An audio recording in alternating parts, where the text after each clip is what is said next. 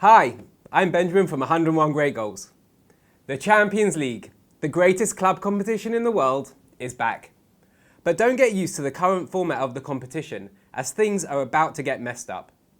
I'm not sure if you know, but at the end of August, from a smoky underground bunker in Monaco, a major set of decisions regarding the future of the Champions League were made. It was agreed that from the 2018-19 season, the big boys in Europe will receive a golden guaranteed ticket into the group phase of the tournament. The rules are being bent so that the top 4 nations in UEFA will get 4 automatic slots into the group phase. Currently, that benefits England, Germany, Spain and Italy, who will soon start the competition with 16 of the 32 clubs. That means that Villarreal and Roma, who were both kicked out of the competition in this season's playoffs, will never be in that situation ever again. But that's not all. There's more. There's going to be a new factor determining how much money each club makes in the competition.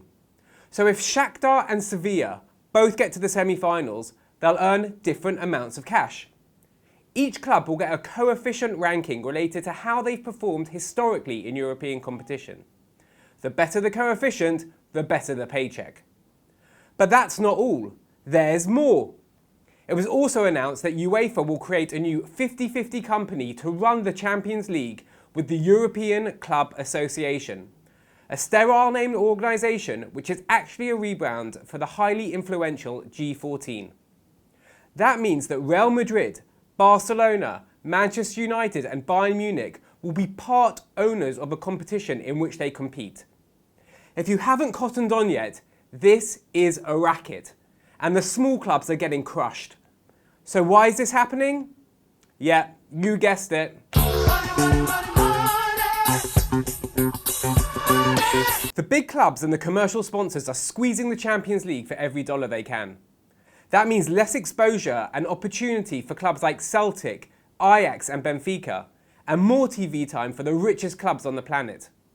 And for everyone else, from Scotland to Holland to Russia, they are monumentally screwed.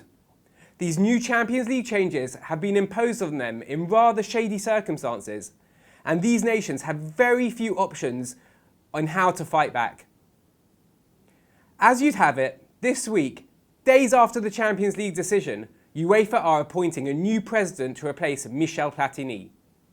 It's possible that whoever gets the job between these two white men could reverse the Champions League changes, but that's hugely unlikely.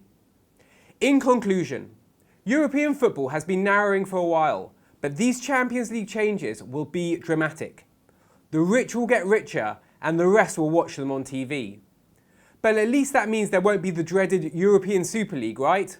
Well, yes, only until 2021, when this deal expires and the big clubs can hold UEFA to ransom once again.